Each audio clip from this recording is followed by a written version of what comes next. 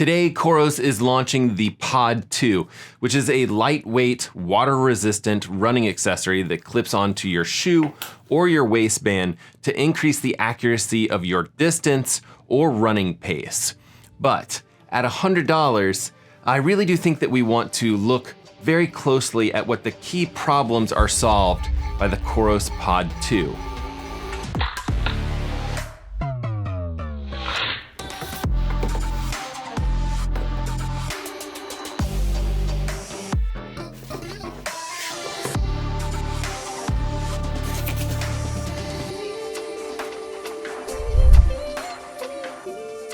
Now, if you do pick up the Coros Pod 2, you'll get the pod device itself, a charging dock, USB-C cord, 2 shoe clips, a waist clip, and a carrying case. And of course, with all of these devices, you'll end up with a setup manual and warranty information. In the Coros Pod 2, it is a pretty tiny little device here. It weighs in at about 5.6 grams. With the shoe clip itself added to it, you might end up with about 7 grams. So, really not something that you're gonna notice when it's on your foot when you're running, or at least, I should say I didn't notice it on my foot when I was running. And the Pod 2 uses its built-in altimeter, thermometer, a geomagnetic compass, an accelerometer, and a gyroscope, all to determine your foot position as you run. And it uses that data to both automatically calibrate itself and to calculate the distance of each of your strides. And because there's no reliance on GPS, it'll work on an indoor track or a treadmill, or, and a lot of times those tricky GPS scenarios, like when you're in kind of a busy city with tall buildings and tunnels and overpasses that can really wreak havoc on your normal GPS signal. And again, because there's no GPS to worry about, you can actually expect your pace that it's reporting to have a significantly shorter delay. And because it has a clear understanding of where your foot is in space, the Pod 2 can provide you with left-right balance, ground contact time, the height of your actual stride, and your stride ratio.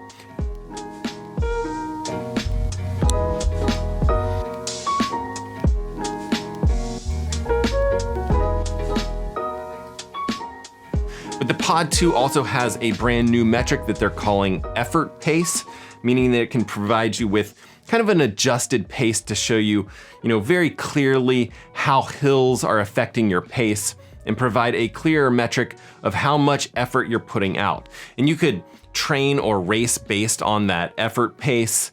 And, maybe this, effort pace will be a little bit easier to understand for, runners who aren't necessarily familiar with, that estimated running power value. But I want to make it extremely clear that this Coros Pod 2 doesn't include running power, which seems like an odd step for Coros to take. But, who knows? Maybe Coros will change their mind on the estimation of running power value. Now, the Coros Pod 2's battery will go up to 28 hours of continuous running. And what's cool is that it actually comes with this little portable charging dock. It'll actually recharge this pod about 5 times. So, who needs this? What problems does it solve? I think that there's a large group of people that, run indoors on indoor tracks, or people who run on treadmills, especially when the weather is getting bad like it is here in the Pacific Northwest. And treadmill distances and paces can definitely not be accurate when you're out there. So if this is you, the Pod 2 could potentially be a solution to some of your problems. And maybe there's less people, but still a fair amount of runners who get very mixed up GPS signals because of dense urban environments. Tall buildings can block GPS signals completely, but what's maybe even worse is that tall buildings will often reflect GPS signals and cause them to report just horribly mixed up data. So if this is you, the Pod 2 could be a great solution to that particular problem. Now, maybe even fewer people, but I know some of you guys are out there and you're really worried about that delay in pace. So, if you're doing intervals out on the road and you really want the fastest updates to that pace field on your Coros device, then again, the Pod 2 could be a solution for your issues. And lastly, and again, I'm guessing it's not a ton of people here, but that new effort pace feature. I know a lot of runners who like to train based on running power, and this effort pace feature is kind of the same thing in a lot of ways, and it might help athletes pace their workouts or even their hilly races better. So, overall, I see this device serving a pretty small market.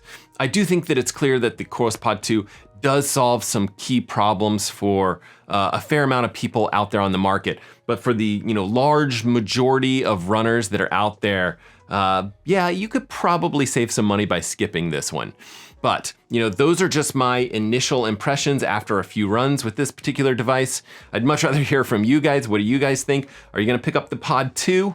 Either way, I'm probably gonna leave this on my shoe, continue to use it for a while, and I'll definitely be sure to update you guys in the comment section or in future videos with what I'm thinking about this particular device.